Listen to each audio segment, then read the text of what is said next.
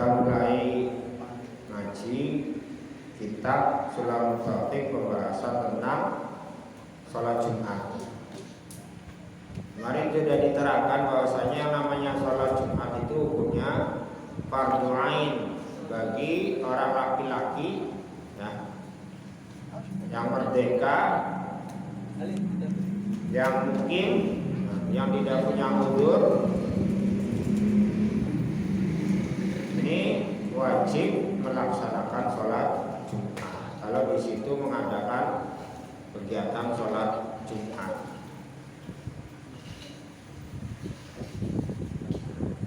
Atau umpamanya dia ini di desanya tidak melaksanakan sholat Jumat karena mungkin kurang dari 40 orang, tapi dia mendengar suara azan dari desa luar yang berdekatan dengannya dan mendengar dan mengadakan sholat Jumat, dia wajib mendatangi Jumatan tersebut. Dan juga bagi orang yang mukim, artinya bukan penduduk di situ, tapi punya niat mukim 4 hari di situ ya. Ketika dia berada di sebuah desa yang dia ini punya niat mukim selama 4 hari atau lebih pas Jumat itu, berarti wajib melaksanakan sholat Jumat. Sekarang kita pembahasan tentang syarat-syaratnya sholat Jumat. Syarat-syarat sholat Jumat yang pertama adalah waktu duhur. Sholat Jumat itu harus dilaksanakan di waktu duhur. Waktu duhur itu mulainya kapan sih? Sama seperti waktu duhur ya, berarti mulai dari tergelincirnya zawal ya, tergelincirnya matahari ke arah barat setelah istiwa. Ini mulai waktu duhur. Artinya jangan sampai sebelum waktu duhur atau sudah lewat, sudah memasuki asar.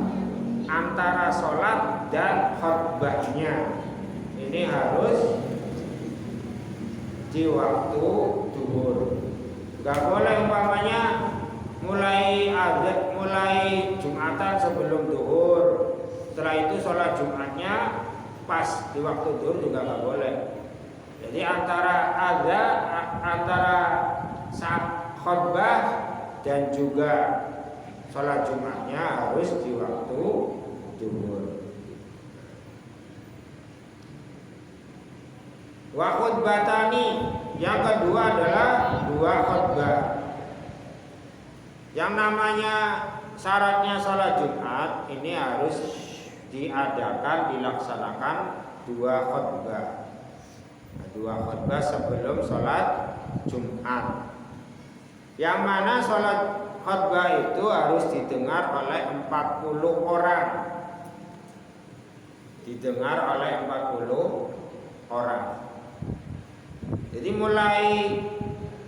mulai sholat Jumat ya, itu di waktu duhur, terus umpamanya mengadakan dan harus melaksanakan 2 khutbah, ini harus didengar khutbahnya oleh 40 orang. 40 orang. Jadi umpamanya si khotibnya terlalu lemah suaranya, gak kedengaran kira-kira antara 40 orang, itu gak boleh. Ini harus diperdengarkan oleh 40 orang. Ini penting ya, dimulai. Jadi yang namanya didengar oleh 40 orang ini, yang paling penting itu khotibnya. Khotibnya itu harus ya suaranya lantang, kira-kira 40 orang itu mendengar. Dan jelas-jelas di situ memang ada 40 orang. Nah, yang wajib diperdengarkan itu khutbah. Khutbah itu yang penting adalah syarat-syaratnya. syarat-syaratnya khutbah atau rukun-rukunnya khutbah ya, rukun-rukunnya khutbah yang jumlahnya tadi disebutkan, seperti nanti harus membaca alhamdulillah, membaca sholawat, melakukan wasiat, terus membaca ayat dan doa. Ini yang wajib itu harus diperdengarkan oleh 40 orang. Umpamanya khutbah ini kan kadang di samping rukun-rukun khutbah itu diperdengarkan atau si khotib itu membaca rukun-rukun khutbah juga, dia itu isinya khutbah tentang apa, umpamanya tentang kebersihan apa atau tentang sholat dan sebagainya. Ini kan sunnah isi dari khutbah, tidak wajib. Yang wajib itu yang tadi disebutkan nanti ya. Yang ketiga harus dilaksanakan berjamaah. Harus dilaksanakan berjamaah. Jadi tidak boleh yang namanya sholat Jumat itu sendiri-sendiri. Makanya ketika sholat Jumat ini si imam wajib niat menjadi imam. Si imam wajib niat menjadi imam. Ketika ada sholat berjamaah, sebenarnya yang wajib itu si makmum wajib niat menjadi makmum. Si makmum wajib niat berjamaah. Imamnya nggak wajib. Jadi umpamanya ada dua orang sholat. Umpamanya ada orang pertama sholatnya sendirian. Nah, sholatnya sendirian, Allahu Akbar. Ketika sudah memasuki rakaat ketiga, di belakangnya datang orang berjamaah dengan dia. Ini kan boleh, sah. Ya si orang yang belakang niat menjadi makmum, orang yang pertamanya sholat sendirian. Orang yang sholatnya sendirian itu nggak tahu bahwa di belakangnya itu ada orang yang sedang berjamaah dengan dirinya, tetap sah sholatnya. Ya, sholatnya tetap sah, walaupun dia itu posisinya waktu itu jadi imam. Si makmum si wajib niat jadi imam, jadi makmum, sholatnya sah. Tapi ya ada tapinya, ya tentu karena tidak niat jadi imam ya tidak mendapatkan pahala berjamaah, ya kan? Tapi kalau makmum tidak niat jadi makmum, sholatnya batal, tidak sah. Jadi ketika kita nanti keterangannya di belakang ya. Jadi kalau ada orang lagi berjamaah, kok makmumnya tidak niat berjamaah, tidak niat makmuman, tidak niat jadi makmum, sholatnya tidak sah. Beda dengan si imam. Imam itu tidak wajib niat jadi imam. Umpamanya dia itu lupa niat jadi imam, ya sholatnya tetap sah, tapi tidak mendapatkan pahala berjamaah. Nah, kecuali di sholat-sholat tertentu, ya, niat jadi imam itu wajibnya pertama adalah sholat Jumat, ini wajib berjamaah. Yang kedua sholat mu'adah. Sholat mu'adah, sholat mu'adah itu apa? Sholat sunnah yang mengulang sholat fardu. I'adah, sholat mu'adah atau sholat i'adah.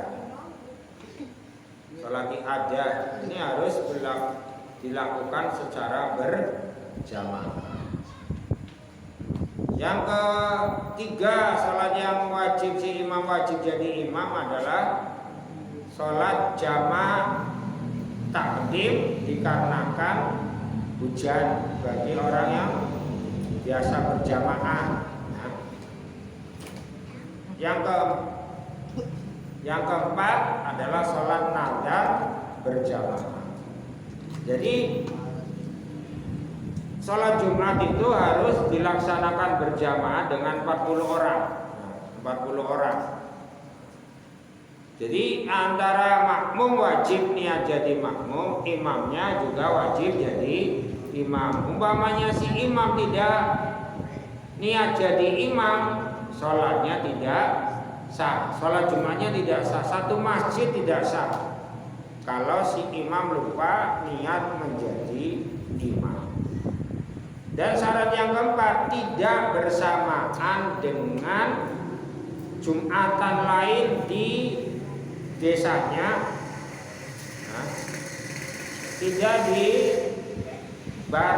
tidak bersamaan atau didahului oleh Jumatan lain di desanya. Tidak didahului oleh Jumatan lain di desanya. Jadi umpamanya begini, di sebuah desa ada 2 Jumatan, tapi 2 Jumatan itu atau ta'adudul Jumat itu tidak memenuhi syarat. Masjidnya masih banyak, artinya banyak tempat kosong, ya kan? Tempat kosong. Orang biasa tidak ada urusan apapun, damai-damai saja. Ternyata ada salah satu orang atau seorang tokoh membuat masjid lain di desanya, ya, di desanya untuk melakukan sholat Jumat. Ini nanti yang sah itu cuma satu. Yang pertama, mulai sholat Jumat, tidak didahului oleh Jumatan lain. Tapi kalau memang ada hajat untuk membuat Jumatan 2 atau 3 di desanya, umpamanya terlalu padat akhirnya masjidnya nggak muat, atau sebab-sebab lain yang memperbolehkan 2 atau 3 Jumatan di desa itu, ya nggak apa-apa. Ini bukan di Jagapura, ya. Di Jagapura ini kan desanya 4. Desanya 4. Tapi dikarenakan dulu orang kiai-kiai dulu ini membuat satu masjid sentral di Masjid Al-Muttaqin di sini, ya kan? Semua orang di Jagapura 4 itu, Jagapura Wetan, Kulon, Kidul, Lor itu sholat Jumatnya di sini. Ini umpamanya di desa lain, ini kan posisinya di Jagapura Kulon, kan? Di Jagapura Kulon tempat Masjid Al-Muttaqin. Umpamanya di desa Jagapura Lor mengadakan sholat Jumat, sebenarnya nggak apa-apa, ya, karena beda desa. Jagapura Wetan membuat sholat Jumat sendiri juga nggak apa-apa, sebenarnya, ya, itu nggak masalah. Tapi mendirikan sholat Jumat ini perlu diperhatikan. Umpamanya mau melakukan sholat Jumat baru, dia perlu diperhatikan syarat-syaratnya. 40 orang, ya, mulai dari awal khutbah sampai selesainya Jumat itu kira-kira dilakukan enggak oleh 40 orang mendengarkan khutbah dari awal sampai selesainya sholat Jumat. Terus orangnya enggak bebas, tertentu orang-orang yang tahu, sudah balik, sudah ngerti sholat benar. Ini makanya umpamanya mau mengadakan sholat Jumat baru, ya perlu diperhatikan ini 40 orang dari mulai awal sampai ini. Terus dihadiri oleh mustautinnya, itu orang yang punya tempat tinggal di desa itu, 40 orang. Tapi kalau umpamanya tidak, ya jangan maksa, jangan memaksakan diri untuk sholat Jumat, karena sholat Jumat ini penting, ya. Sholat Jumat ini penting, bukan saya pengen sholat Jumat mengadakan sendiri, saya mengadakan, enggak, ini ada syarat-syarat tertentu.